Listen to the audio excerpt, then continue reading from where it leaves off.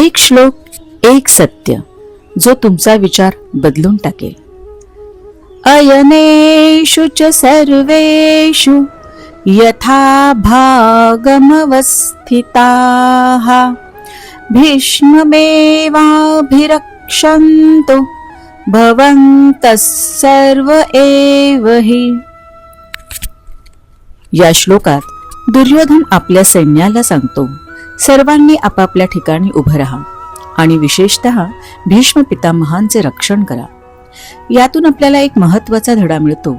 जीवनात काही व्यक्ती किंवा मूल्य खूप महत्वाची असतात.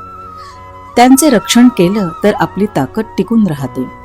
पण जर आपण चुकीच्या गोष्टींचं रक्षण करीत राहिलो तर शेवटी पराभव निश्चित असतो.